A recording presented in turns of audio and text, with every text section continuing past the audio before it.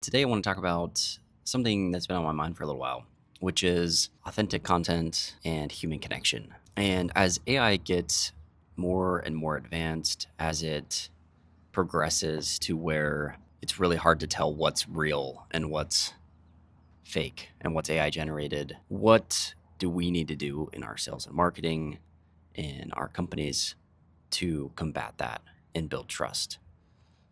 I was scrolling the other day and I noticed an interesting habit that I picked up where I was scrolling and I came across an ad.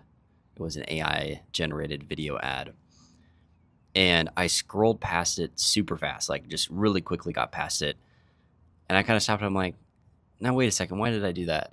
And I went back to the ad, and sure enough, yeah, it was AI. And I knew that when I first came across it. But the speed at which I scrolled past it was quick.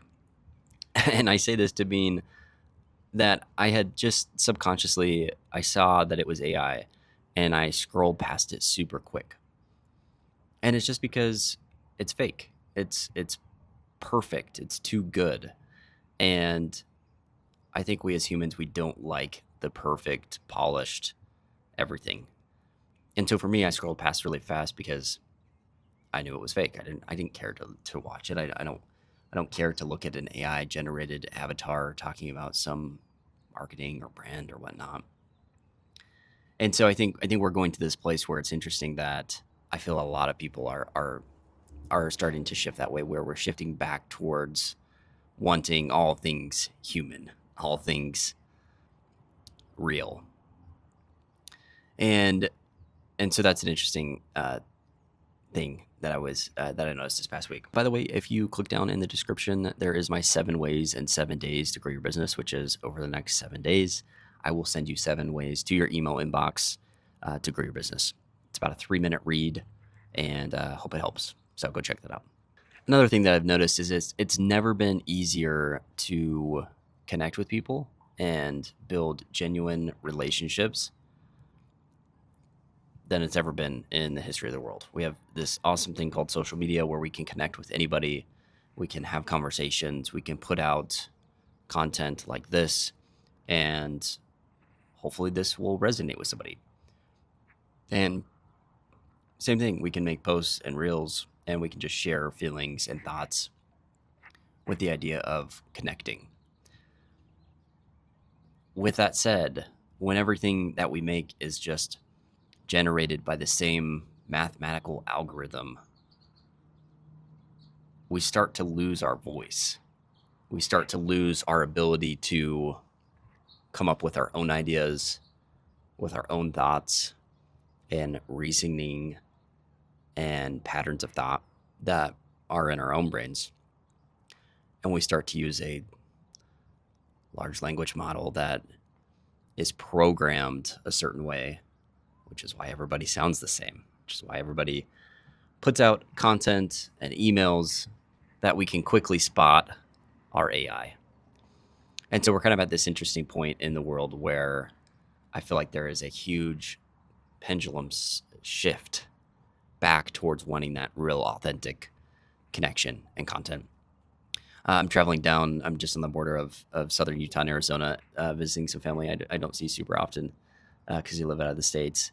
And last night we had an interesting conversation. And this is my uncle, by the way. And he was talking about how I kind of caught this conversation as I walked by, and then I came back and joined the conversation. But he was talking about how he just doesn't want perfect. He doesn't want the perfectly crafted email, the perfectly crafted video. Like, nobody wants perfect. Nobody wants extremely polished. Like, the flaws that we have as human is what makes us human. All right. The greatest superheroes have a crux. They have some sort of flaw that makes it exciting to watch and to connect with at a real raw human level. You know, Superman's got his kryptonite, and if he didn't have that, well, It's kind of be a boring story of just an invincible man who can do anything, never be beaten, and that would get kind of boring. That would get kind of old. And so Iron Man's got his heart. Well, he doesn't have a heart, whatever that thing's called, and it's also a crux, right? It's a thing that's blessed him, but it's also a crux where at any moment it could fail, and it has. And so there's some connection where we can connect on a more human level with our flaws. And so I digress. I was in this conversation, like, I don't want perfect, I don't want polished, and I like inserted myself right into that conversation because that's exactly how I feel, which is it's never been easier to put out the most basic, raw, authentic content of you just walking in a park, talking to your phone, and connecting with people at a human level.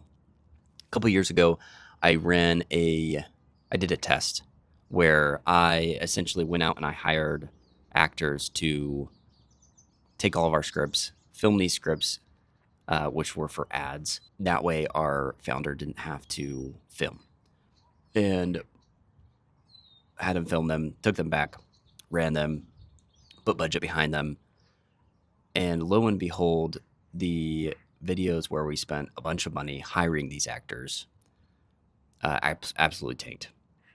And the ones that actually crushed it were the ones of the founder walking and talking, keeping the ums, the ahs in the video. At one point, he's walking and ducked behind this tree branch that almost hit him in the face. And those far outperformed the perfect, polished actors that were trained to have a cadence, to talk a certain way, to present themselves a certain way. Another example of this is a couple weeks ago, I was filming an ad, and I was eating some, I think it was a cracker or chip before I started filming. It was just like a 30-second ad on my phone. And so I started filming. I had just eaten these chips, and I got like a little piece of chip in my throat, just kind of sitting there. And as I'm in the middle of filming this ad, it started to tickle my throat and kind of make my voice like crack a little bit, and just kind of tickled it. And instead of like deleting it, refilming it, I just kept going, and I'm kind of laughing in the ad. And sure enough, I'm like, I'm just going to launch it, and I don't care what people think.